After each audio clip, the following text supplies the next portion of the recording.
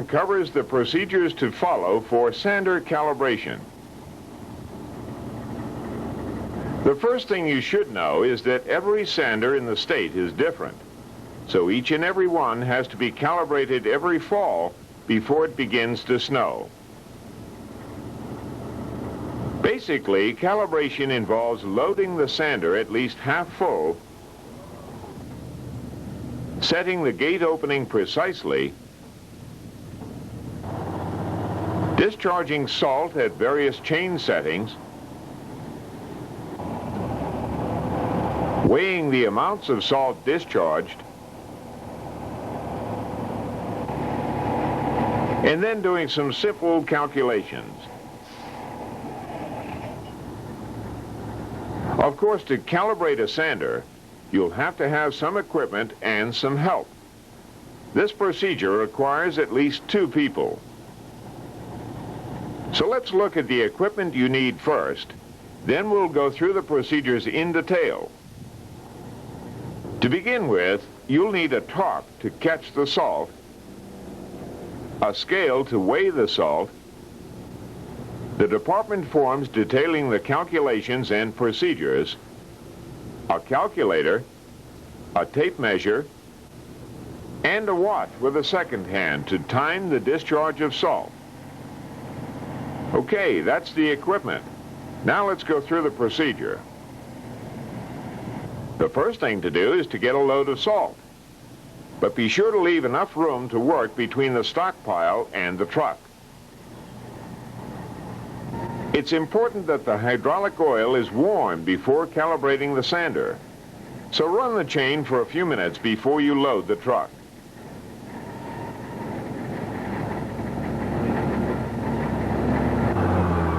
Now, as I said earlier, you'll need at least a half load of salt, but it's even better to get a full load. That way there will be no question that there's enough salt over the chain. And be sure to use salt. The entire procedure is based on the known weight of salt. The weight of premix varies, so premix is unacceptable for calibration. Okay, the sander's loaded and the hydraulic oil is warmed up. Now you can begin filling out the worksheet. As you can see, the top of the form calls for the numbers of both the truck and the sander. So before doing anything else, make a note of both numbers. The form can't do you much good if you don't know which truck and sander it's for. Remember, not only is every sander different, but the hydraulics in the trucks are different too, and the hydraulics certainly affect the calibration. The next section of the form requires the gate setting for spreading a 1/4 cubic yard per 2-lane mile. Now, if you can't remember the gate setting you used last year, try 3 inches if it's an old truck, or 2 inches if you have a new truck. When you set the gate, be sure to use a tape measure because some of the scales marked on the sanders are inaccurate.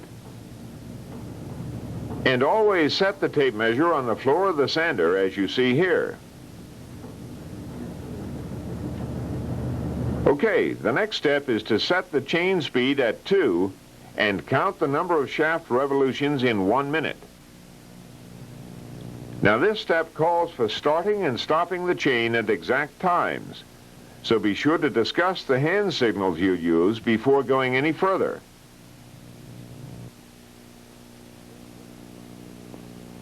Then bring the truck's engine up to operating RPM.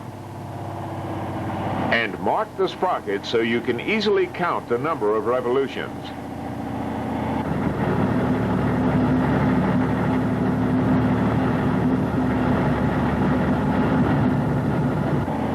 All that's left for this step is to signal the driver to start the chain and then record the number of revolutions in 1 minute. In this case, the shaft made 3 revolutions.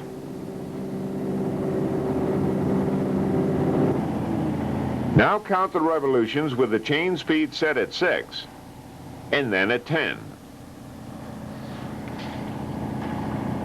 As you can see, this part of calibration is pretty simple. It's just a matter of signaling the driver for the chain setting to use and counting and recording the number of times the shaft revolves in 1 minute. So for this particular spreader, the chain revolved 3 times when the chain speed was set at 2, 9.5 times when it was set at 6, and 15 times when the chain speed was set at 10. Remember, the gate setting stays the same. Okay, now as you can see, we've discharged a few hundred pounds of salt in 3 minutes. So pull the truck ahead so you have room to put the top under it.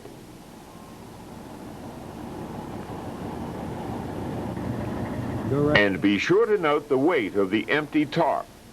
This particular top weighs 4 pounds.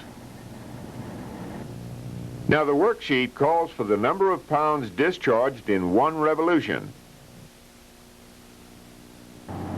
So with the top under the sander, signal the driver to start the chain at speed 2. And as soon as the shaft has made 1 revolution, signal the driver to stop the chain.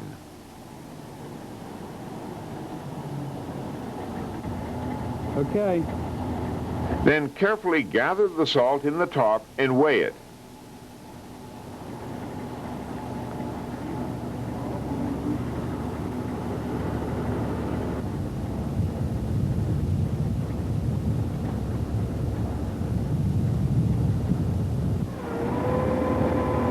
In this case, the spreader discharged 25 pounds of salt after 1 shaft revolution with the chain speed at 2. But remember to deduct the weight of the top when you record the weight on the worksheet. So 25 pounds minus 4 pounds for the top gives us 21 pounds of salt. The next step is to weigh the amount of salt discharged in 1 revolution with the chain speed set at 6 and then at 10. So as you can see, weighing the material is fairly simple. All you have to do is signal the driver which chain speed to use and to stop the chain after exactly 1 revolution. Then weigh the material for each chain speed and record the weight of the salt only by subtracting the weight of the top. At this point, we've done all the measuring we need to do to calculate the miles per hour when spreading 0.25 cubic yards per 2-lane mile. The next step is to make the calculations for spreading a half a cubic yard per 2-lane mile. As before, use the gate opening you used last year if you can remember. If you can't remember, a general rule is to just double the gate opening you used for a 1/4 cubic yard. So in this case, we'll use 4. Once again, set the gate opening with the tape measure resting on the floor of the sander.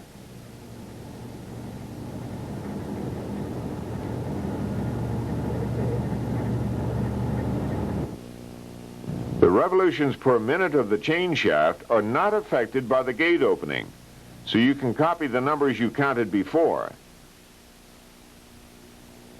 Now all you have to do is weigh the material discharged in 1 shaft revolution for each of the 3 chain speeds.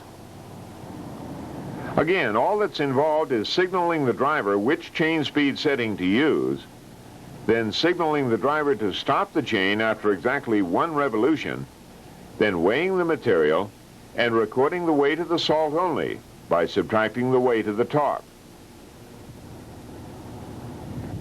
Now let's go through the calculations. Again, the procedure is pretty simple.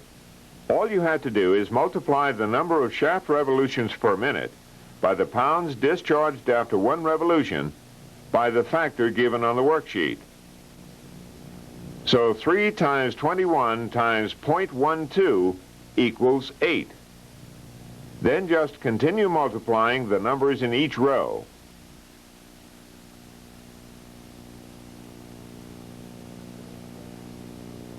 The next step is to transfer the numbers in the miles per hour column to the graph. The rows on the graph are for the chain setting and the columns are for the miles per hour. So to put the numbers on the graph, just read up the miles per hour column until you reach the proper chain setting. For example, we came up with 32 miles per hour with the chain set at 6. So to mark the graph, just read up the 32 miles per hour line until you reach the 6 for the chain setting, and mark an X. Put the other two numbers on the chart in the same way.